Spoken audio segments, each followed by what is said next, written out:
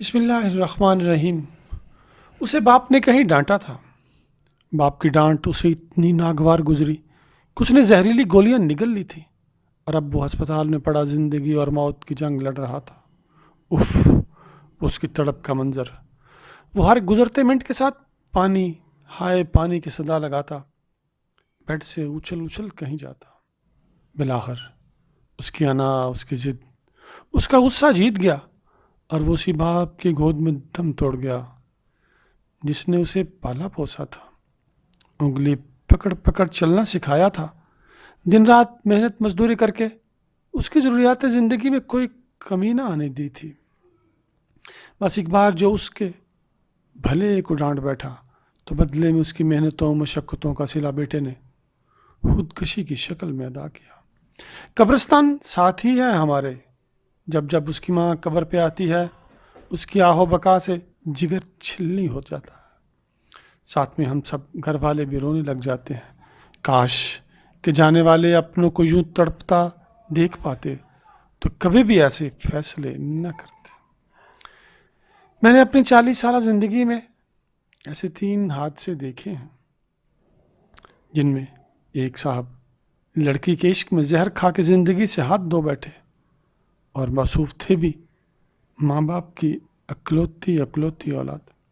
وہی لڑکی جس کے عشق میں صاحب نے جان دے ڈالی تھی آج ہنسی خوشی اپنے شوہر اور اپنے اولاد کے ساتھ زندگی کے مزے کر رہی ہے۔ پھر ایک عورت جس کی اولاد بھی تھی، شوہر سے جھگڑا ہوا، اس بھاگ بھری نے بھی زہر کھائی اور چل بسے۔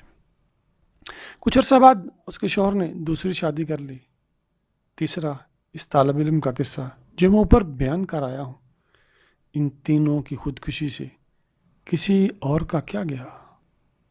2 کے ماں باپ جیتے جی مر گئے اور تیسری کی اولاد دکھے کھا کھا کے ذلیل ہوئی۔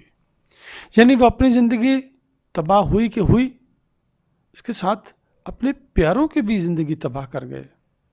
کیا ہمارا قرآن پر ایمان نہیں رہا؟ رحمان پر ایمان نہیں رہا؟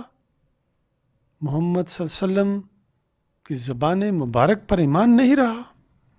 اللہ تو قرآن میں فرماتا ہے کہ کسی نفس پر اس کی استطاعت سے بڑھ کے بوجھ نہیں ڈالا جاتا، تو پھر کیوں ہم شیطان کے بہکاوے میں آ جاتے ہیں؟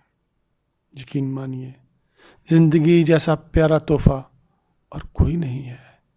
یہ جیون ایک بار ملا ہے، اس نعمت خداوندی کی قدر کیجیے۔ دکھ سکھ، لڑائی جھگڑے، ڈانٹ ڈپٹ اور مختلف دنیاوی مسائل اس زندگی کا ایک پہلو ہیں، حصہ ہیں۔ ان سے دامن مت چھڑائیے، ان کا خندہ پیشانی اور صبر و شکر کے ساتھ مقابلہ کیجیے۔